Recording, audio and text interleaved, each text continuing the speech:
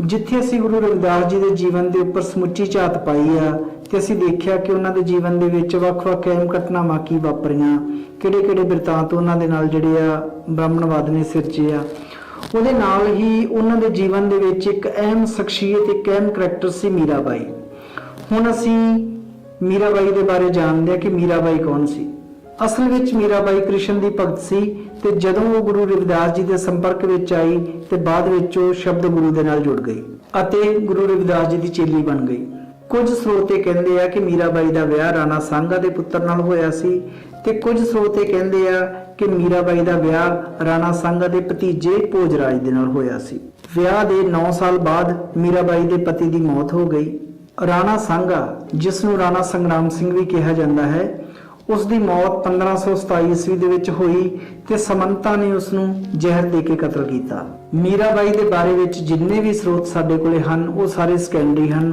ਕੋਈ ਵੀ ਪ੍ਰਾਇਮਰੀ ਸਰੋਤ ਸਾਨੂੰ ਉਹਨਾਂ ਦਾ ਨਹੀਂ ਮਿਲਦਾ, ਪਰ ਫਿਰ ਵੀ ਸਾਨੂੰ ਇਹ ਜਾਣਕਾਰੀ ਮਿਲਦੀ ਆ ਕਿ ਉਹਨਾਂ ਦਾ ਜਨਮ 1498 ਈਸਵੀ ਦੇ ਵਿੱਚ ਹੋਇਆ ਸੀ। ਜੇਕਰ ਅਸੀਂ ਮੀਰਾਬਾਈ ਦੇ ਸਾਰੇ ਜੀਵਨ ਦੇ ਉੱਪਰ ਝਾਤ ਮਾਰੀਏ ਤਾਂ ਜਦੋਂ ਮੀਰਾਬਾਈ 2 ਸਾਲ ਦੀ ਸੀ ਤਾਂ ਉਸ ਦੀ ਮਾਤਾ ਦੀ ਮੌਤ ਹੋ ਗਈ। ਜਦੋਂ 15 ਸਾਲ ਦੀ ਹੋਈ ਤਾਂ ਉਸ ਦੇ ਪਿਤਾ ਦੀ ਮੌਤ ਹੋ ਗਈ। ਉਸ ਦੇ ਦਾਦੇ ਨੇ ਉਸ ਨੂੰ ਪਾਲਿਆ, ਪਰ ਜਦੋਂ ਉਸ ਦੇ ਵਿਆਹ ਦਾ ਸਮਾਂ ਆਇਆ ਤਾਂ ਉਸ ਦੇ ਦਾਦੇ ਦੀ ਮੌਤ ਵੀ ਹੋ ਗਈ। ਫਿਰ ਵਿਆਹ ਹੋਇਆ ਤੇ ਵਿਆਹ ਤੋਂ 9 ਸਾਲ ਬਾਅਦ ਉਸ ਦੇ ਪਤੀ ਦੀ ਮੌਤ ਹੋ ਗਈ। ਜਿਸ ਬੱਚੀ ਨੇ 1498 ਤੋਂ ਲੈ ਕੇ 1526-27 ਈਸਵੀ ਤੱਕ ਇਹ ਸਾਰੇ ਹਾਲਾਤ ਵੇਖੇ ਹੋਣ, ਉਸ ਦੀ ਜ਼ਿੰਦਗੀ ਦੇ ਵਿੱਚ ਪਰਮਾਤਮਾ ਦੇ ਰਸਤੇ ਤੇ ਚੱਲਣ ਤੋਂ ਇਲਾਵਾ ਹੋਰ ਕੋਈ ਰਸਤਾ ਬਾਕੀ ਨਹੀਂ ਬਚਦਾ। ਸੋ ਇਸ ਕਰਕੇ ਉਹ ਅਧਿਆਤਮਿਕਤਾ ਦੇ ਰਸਤੇ ਦੇ ਉੱਪਰ ਤੁਰ ਪਈ। ਸੋ ਇਸ ਵਿੱਚ ਕੋਈ ਸ਼ੱਕ ਨਹੀਂ ਕਿ ਮੀਰਾਬਾਈ ਗੁਰੂ ਰਵਿਦਾਸ ਜੀ ਦੀ ਭਗਤਨੀ ਸੀ। ਪਰ ਤੁਸੀਂ ਇੱਕ ਸ਼ਬਦ ਅਕਸਰ ਸੁਣਿਆ ਹੋਵੇਗਾ ਕਿ ਗੁਰੂ ਰਵਿਦਾਸ ਜੀ ਨੂੰ ਝਾਲਾਂ ਬਾਈ ਦੀ ਰਾਣੀ ਨੇ ਸੱਦਿਆ। ਝਾਲਾਂ ਬਾਈ ਨਾਂ ਦੀ ਕੋਈ ਰਾਣੀ ਹੀ ਨਹੀਂ ਹੋਈ। ਮੇਵਾੜ ਦੇ ਇਤਿਹਾਸ ਦੇ ਵਿੱਚ ਕੋਈ ਵੀ ਰਾਣੀ ਝਾਲਾਂ ਬਾਈ ਨਾਂ ਦੀ ਨਹੀਂ ਸੀ। ਝਾਲਾਂ ਤਾਂ ਇੱਕ ਪਰਿਵਾਰ, ਵੰਸ਼, ਖਾਨਦਾਨ ਦਾ ਨਾਮ ਹੈ, ਇੱਕ ਡਾਇਨੈਸਟੀ ਦਾ ਨਾਮ ਹੈ। ਰਾਣਾ ਸਾਂਗਾ ਦੀਆਂ ਕੁੱਲ 12 ਪਤਨੀਆਂ ਸਨ। ਉਹਨਾਂ ਦੇ ਵਿੱਚੋਂ 2 ਰਤਨ ਕੌਰ ਤੇ ਮਹਿਤਾਬ ਕੌਰ ਝਾਲਾਂ ਖਾਨਦਾਨ ਦੀਆਂ ਸਨ।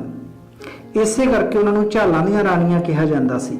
ਪਰ ਇਹਦਾ ਮਤਲਬ ਇਹ ਨਹੀਂ ਕਿ ਉਹਨਾਂ ਦਾ ਨਾਮ ਝਾਲਾਂ ਸੀ। ਇਸੇ ਕਰਕੇ ਉਹਨਾਂ ਨੂੰ ਝਾਲਾਂ ਪਰਿਵਾਰ ਦੇ ਵਿੱਚੋਂ ਹੋਣ ਕਰਕੇ ਝਾਲਾਂ ਦੀਆਂ ਰਾਣੀਆਂ ਵੀ ਕਿਹਾ ਜਾਂਦਾ ਸੀ। ਜਦਕਿ ਝਾਲਾਂ ਬਾਈ ਨਾਂ ਦੀ ਕੋਈ ਵੀ ਰਾਣੀ ਮੇਵਾੜ ਦੇ ਇਤਿਹਾਸ ਵਿੱਚ ਨਹੀਂ ਹੋਈ।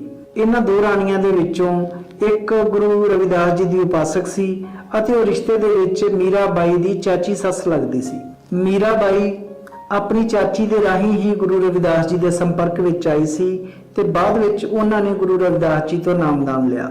ਮੀਰਾਬਾਈ ਦੇ ਆਪਣੇ ਦੋਹੇ ਅੰਦਰ ਵੀ ਇਸ ਗੱਲ ਦਾ ਜ਼ਿਕਰ ਆਉਂਦਾ ਹੈ। ਉਹ ਆਪਣੇ ਦੋਹੇ ਅੰਦਰ ਕਹਿੰਦੀ ਹੈ ਕਿ ਰਵਿਦਾਸ ਨੇ ਮੇਰੇ ਉੱਪਰ ਕਿਰਪਾ ਕੀਤੀ ਅਤੇ ਮੈਨੂੰ ਨਾਮ ਨਾਲ ਤੇ ਸ਼ਬਦ ਨਾਲ ਜੋੜਿਆ।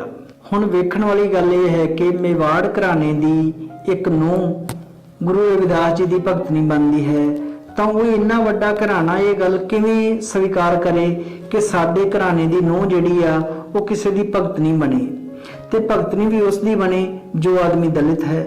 ਕਿਉਂਕਿ ਬ੍ਰਾਹਮਣਵਾਦੀ ਪਰੰਪਰਾਵਾਂ ਦੇ ਅਨੁਸਾਰ ਕੋਈ ਵੀ ਇਸਤਰੀ ਕਿਸੇ ਨੂੰ ਵੀ ਆਪਣਾ ਗੁਰੂ ਧਾਰਨ ਨਹੀਂ ਕਰ ਸਕਦੀ, ਕਿਸੇ ਤੋਂ ਵੀ ਨਾਮ ਦੀ ਦੀਖਿਆ ਨਹੀਂ ਲੈ ਸਕਦੀ। ਬ੍ਰਾਹਮਣਵਾਦ ਜਾਂ ਮਨੂ ਸਮ੍ਰਿਤੀ ਦੇ ਅਨੁਸਾਰ ਇੱਕ ਔਰਤ ਨੂੰ ਗੁਰਮੰਤਰ ਜਿਹੜਾ ਉਹ ਦਿੱਤਾ ਹੀ ਨਹੀਂ ਜਾ ਸਕਦਾ। ਪਰ ਗੁਰੂ ਰਵਿਦਾਸ ਜੀ ਨੇ ਮੀਰਾਬਾਈ ਨੂੰ ਦੱਸ ਦਿੱਤਾ ਸੀ ਕਿ ਸ਼ਬਦ ਦੇ ਰਾਹੀਂ ਹੀ ਪਰਮਾਰਥ ਤੱਕ ਪਹੁੰਚਿਆ ਜਾ ਸਕਦਾ ਹੈ। ਹੁਣ ਗੁਰੂ ਸਾਹਿਬ ਦੇ ਉੱਪਰ 2 ਦੋਸ਼ ਆਇਦ ਹੁੰਦੇ ਹਨ। ਇੱਕ ਤਾਂ ਇਹ ਕਿ ਔਰਤ ਨੂੰ ਮੰਤਰ ਦਿੱਤਾ ਨਹੀਂ ਜਾ ਸਕਦਾ ਤੇ ਰਵਿਦਾਸ ਨੇ ਕਿਵੇਂ ਦਿੱਤਾ। ਦੂਸਰਾ ਇਹ ਕਿ ਉਸਨੇ ਉੱਚ ਜਾਤੀ ਦੀ ਔਰਤ ਨੂੰ ਆਪਣੀ ਚੇਲੀ ਕਿਉਂ ਬਣਾਇਆ। ਬ੍ਰਾਹਮਣ ਵਾਸਤੇ ਸਭ ਤੋਂ ਵੱਡੀ ਸਮੱਸਿਆ ਇਹ ਪੈਦਾ ਹੋ ਗਈ ਕਿ ਇੱਕ ਨਾਰੀ ਨੇ ਗੁਰੂ ਦੀਖਿਆ ਲੈ ਲਈ, ਜਦ ਕਿ ਨਾਰੀ ਜਿਹੜੀ ਆ ਉਹ ਗੁਰੂ ਦੀਖਿਆ ਕਿਸੇ ਤੋਂ ਲੈ ਨਹੀਂ ਸਕਦੀ। ਇਹ ਗੱਲ ਉਹਨਾਂ ਦੀਆਂ ਮਾਨਤਾਵਾਂ ਤੇ ਪਰੰਪਰਾਵਾਂ ਦੇ ਉਲਟ ਸੀਗੀ ਕਿ ਇੱਕ ਨਾਰੀ ਨੇ ਕਿਵੇਂ ਗੁਰੂ ਤੋਂ ਦੀਖਿਆ ਲਈ। ਦੂਜੀ ਗੱਲ, ਜੇ ਕਿਸੇ ਨਾਰੀ ਨੇ ਗੁਰੂ ਤੋਂ ਦੀਖਿਆ ਲੈ ਹੀ ਲਈ ਤੇ ਨਾਰੀ ਵੀ ਉਸਨੇ ਲਈ ਜਿਹੜੀ ਬ੍ਰਾਹਮਣ ਪਰਿਵਾਰ ਨਾਲ ਸੰਬੰਧਿਤ ਆ। ਤੀਸਰਾ, ਉਹ ਰਾਜ ਘਰਾਣੇ ਨਾਲ ਸੰਬੰਧਿਤ ਆ। ਚੌਥੀ ਸਭ ਤੋਂ ਵੱਡੀ ਗੱਲ ਕਿ ਜੇ ਉਹਨੇ ਦੀਖਿਆ ਲਈ ਤੇ ਉਹਨੇ ਲੈ ਵੀ ਇੱਕ ਦਲਿਤ ਤੋਂ ਲਈ। ਇਹ ਗੱਲਾਂ ਸਾਰੀਆਂ ਜਿਹੜੀਆਂ ਸੀ ਉਹ ਬ੍ਰਾਹਮਣ ਨੂੰ ਹਜਮ ਨਹੀਂ ਸੀ ਹੋ ਰਹੀਆਂ। ਇਹੀ ਕਾਰਨ ਸੀ ਕਿ ਮੀਰਾਬਾਈ ਦੀ ਨਨਾਣ ਉਦਾਬਾਈ ਤੇ ਉਸ ਦਾ ਦਿਓਰ ਚੰਦਨ ਦੇਵ, ਉਹਨਾਂ ਨੇ ਕਈ ਵਾਰੀ ਮੀਰਾਬਾਈ ਨੂੰ ਮਾਰਨ ਦੀ ਕੋਸ਼ਿਸ਼ ਕੀਤੀ। ਈਵਨ ਕਿ ਉਹਨਾਂ ਨੇ ਜ਼ਹਿਰ ਦੇ ਕੇ ਤੇ ਸੱਪ ਲੜਾ ਕੇ ਵੀ ਮਾਰਨ ਦੀ ਕੋਸ਼ਿਸ਼ ਕੀਤੀ। ਪਰ ਅੰਤ ਨੂੰ ਕੀ ਹੋਇਆ ਕਿ ਮੀਰਾਬਾਈ ਬਾਅਦ ਵਿੱਚ ਘਰ ਛੱਡ ਕੇ ਚਲੀ ਗਈ। ਜਿਸ ਤਰ੍ਹਾਂ ਰਵਿਦਾਸ ਜੀ ਨੂੰ ਕਾਸ਼ੀ ਨਰੇਸ਼ ਦੇ ਦਰਬਾਰ ਦੇ ਵਿੱਚ ਸਵਾਲ ਪੁੱਛੇ ਗਏ ਸਨ, ਲਗਭਗ ਉਹੀ ਸਵਾਲ ਸਨ ਤੇ ਉਹੀ ਜਵਾਬ ਗੁਰੂ ਸਾਹਿਬ ਨੇ ਇੱਥੇ ਵੀ ਦਿੱਤੇ ਔਰ ਸਾਰੇ ਬ੍ਰਾਹਮਣਾਂ ਨੂੰ ਨਿਰੁੱਤਰ ਫਿਰ ਕੀਤਾ। ਹੁਣ ਬ੍ਰਾਹਮਣ ਬੇਵਸ ਹਨ। ਉਹਨਾਂ ਸਾਹਮਣੇ ਨਿਸ਼ਾਨਾ ਆ ਕਿ ਜੇਕਰ ਅਸੀਂ ਮੀਰਾਬਾਈ ਨੂੰ ਕਤਲ ਕਰਦੇ ਹਾਂ ਤਾਂ ਇਹਦੇ ਨਾਲ ਗੁਰੂ ਰਵਿਦਾਸ ਜੀ ਦੀ ਪ੍ਰਭੂ ਸੱਤਾ ਉਸੇ ਤਰ੍ਹਾਂ ਕਾਇਮ ਰਹੇਗੀ। ਦੂਜੀ ਗੱਲ ਇਹ ਸੀ ਕਿ ਮੀਰਾਬਾਈ ਘਰ ਛੱਡ ਕੇ ਚਲੀ ਗਈ ਸੀ। ਜੇਕਰ ਉਹ ਵਾਪਸ ਘਰ ਨਹੀਂ ਆਉਂਦੀ ਤਾਂ ਕਿਉਂਕਿ ਉਹ ਰਾਜ ਪਰਿਵਾਰ ਦੀ ਨੂੰਹ ਸੀ ਤੇ ਇਸ ਕਰਕੇ ਰਾਜ ਘਰਾਣੇ ਦੇ ਉੱਪਰ ਇਹ ਦੋਸ਼ ਆਉਂਦਾ ਸੀ ਕਿ ਮੀਰਾਬਾਈ ਉਹਨਾਂ ਦੇ ਪਰਿਵਾਰ ਦੀ ਨੂੰਹ ਇੱਕ ਦਲਿਤ ਗੁਰੂ ਦੇ ਮਗਰ ਲੱਗੀ ਤੇ ਘਰ ਛੱਡ ਕੇ ਚਲੀ ਗਈ। ਇਹ ਵੀ ਉਹਨਾਂ ਵਾਸਤੇ ਇੱਕ ਨਮੋਸ਼ੀ ਦੀ ਗੱਲ ਸੀ। ਤੀਸਰੀ ਗੱਲ ਇਹ ਸੀ ਕਿ ਉਹ ਚਾਹੁੰਦੇ ਸੀ ਕਿ ਅਸੀਂ ਗੁਰੂ ਰਵਿਦਾਸ ਜੀ ਨੂੰ ਹੀ ਕਤਲ ਕਰੀਏ, ਕਿਉਂਕਿ ਧਾਰਮਿਕ ਚੇਤਨਾ ਦੀ ਜਿੰਨੀ ਵੀ ਲਹਿਰ ਪੈਦਾ ਹੋਈ ਆ ਉਸ ਨੂੰ ਕੁਚਲਣ ਦਾ ਇਹੋ ਹੀ ਸਹੀ ਤਰੀਕਾ ਸੀ। ਜਦੋਂ ਗੁਰੂ ਰਵਿਦਾਸ ਜੀ ਨੂੰ ਕਿਹਾ ਗਿਆ ਕਿ ਤੁਸੀਂ ਜਨੇਊ ਦਾ ਖੰਡਨ ਕਿਉਂ ਕਰਦੇ ਹੋ ਤਾਂ ਉਹਨਾਂ ਨੇ ਕਿਹਾ ਕਿ ਮੈਂ ਇਸ ਤੁਹਾਡੇ ਧਾਗੇ ਵਾਲੇ ਜਨੇਊ ਨੂੰ ਨਹੀਂ ਮੰਨਦਾ, ਕਿਉਂਕਿ ਇਸ ਦਾ ਪਰਮਾਰਥ ਦੇ ਰਸਤੇ ਵਿੱਚ ਕੋਈ ਵੀ ਯੋਗਦਾਨ ਨਹੀਂ ਹੈ। ਗੁਰੂ ਸਾਹਿਬ ਕਹਿੰਦੇ ਕਿ ਮੈਂ ਤਾਂ ਨਾਮ ਦਾ ਜਨੇਊ ਪਹਿਨਿਆ ਹੋਇਆ ਹੈ ਤੇ ਉਹ ਮੇਰੇ ਅੰਦਰ ਹੈ। ਬ੍ਰਾਹਮਣ ਨੇ ਕਿਹਾ ਕਿ ਜੇਕਰ ਜਨੇਊ ਤੁਹਾਡੇ ਅੰਦਰ ਹੈ ਤਾਂ ਤੁਸੀਂ ਵਿਖਾਓ।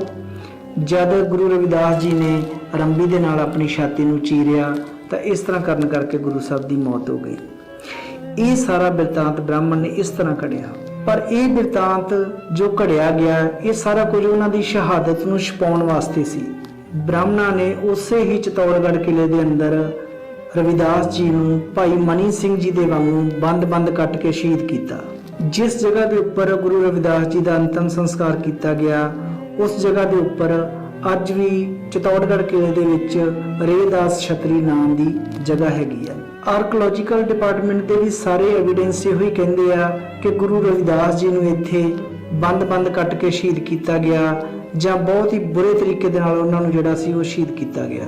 ਅਤੇ ਸਾਡੇ ਸਾਹਮਣੇ ਬਿਰਤਾਂਤ ਇਹ ਘੜਿਆ ਗਿਆ ਕਿ ਗੁਰੂ ਰਵਿਦਾਸ ਜੀ ਨੇ ਆਪਣੇ ਹੱਥ ਦੇ ਨਾਲ ਹੀ ਆਪਣੀ ਰੰਬੀ ਦੇ ਨਾਲ ਛਾਤੀ ਨੂੰ ਚੀਰ ਕੇ ਆਪਣਾ ਆਪਾ ਜਿਹੜਾ ਸੀ ਉਹ ਖਤਮ ਕੀਤਾ ਸੀ। ਸੋ ਗੱਲ ਇਹ ਆ ਕਿ ਬ੍ਰਾਹਮਣਵਾਦ ਜਿਹੜਾ ਆ ਜਦੋਂ ਆਪਣੇ ਉਲਟ ਵਿਚਾਰਧਾਰਾ ਦਾ ਖਾਤਮਾ ਕਰਦਾ ਆ ਤੇ ਉਹ ਖਾਤਮਾ ਕਰਨ ਵਾਸਤੇ ਉਹ ਬਿਰਤਾਂਤ ਘੜਦਾ ਆ ਤੇ ਇੱਕ ਨੈਰੇਟਿਵ ਸੈੱਟ ਕਰਦਾ ਆ, ਬਿਰਤਾਂਤ ਘੜਦਾ ਆ, ਕਹਾਣੀ ਘੜਦਾ ਆ, ਕਲਪਨਾ ਆਪਣੇ ਦਿਮਾਗ ਦੇ ਵਿੱਚ ਸਿਰਜਦਾ ਆ ਕਿ ਇਹਨੂੰ ਮੈਂ ਕਿਵੇਂ ਖਤਮ ਕਰਨਾ ਆ। ਸੋ ਇੰਨੀਆਂ ਕੁ ਬੇਨਤੀਆਂ ਪ੍ਰਵਾਨ। ਅਗਰ ਇਹ ਜਾਣਕਾਰੀ ਆਪ ਜੀ ਨੂੰ ਵਧੀਆ ਲੱਗੇ ਤਾਂ ਪਲੀਜ਼ ਇਸ ਨੂੰ ਸ਼ੇਅਰ ਜ਼ਰੂਰ ਕਰਨਾ। ਵਾਹਿਗੁਰੂ ਜੀ ਕਾ ਖਾਲਸਾ, ਵਾਹਿਗੁਰੂ ਜੀ ਕੀ ਫਤਿਹ।